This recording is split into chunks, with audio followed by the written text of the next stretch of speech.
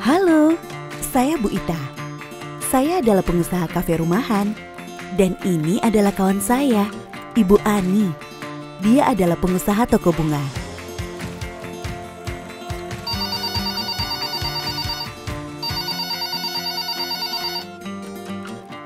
Halo?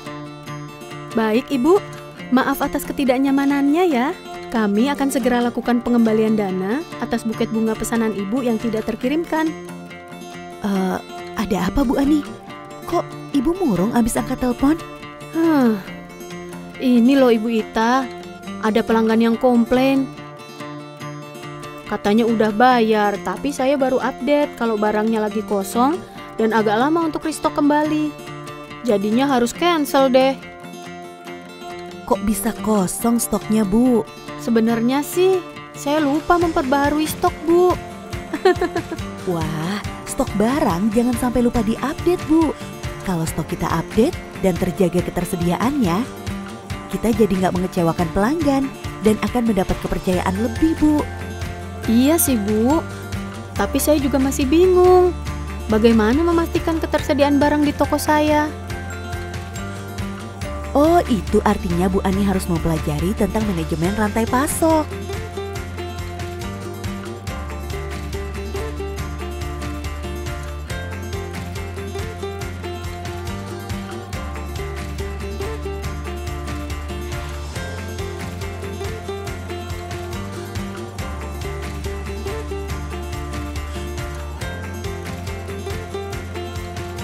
Manajemen rantai pasok atau yang biasa didengar dengan supply chain management merupakan proses pengelolaan dari bahan mentah hingga barang jadi dan sampai ke pelanggan.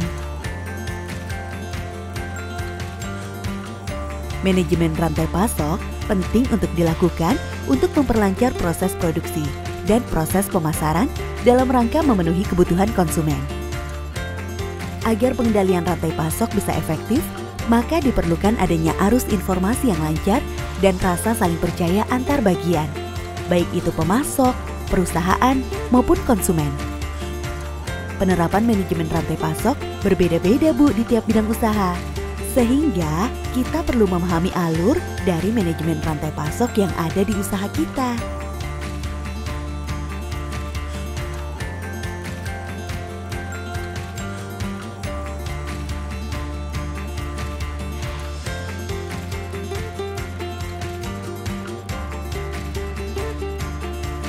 Untuk memahami bagaimana manajemen rantai pasok bekerja, ini dia proses yang ada di kafe saya, Bu. Pertama, saya membuat list bahan baku dan bahan pendukung yang harus saya belanjakan ke supplier.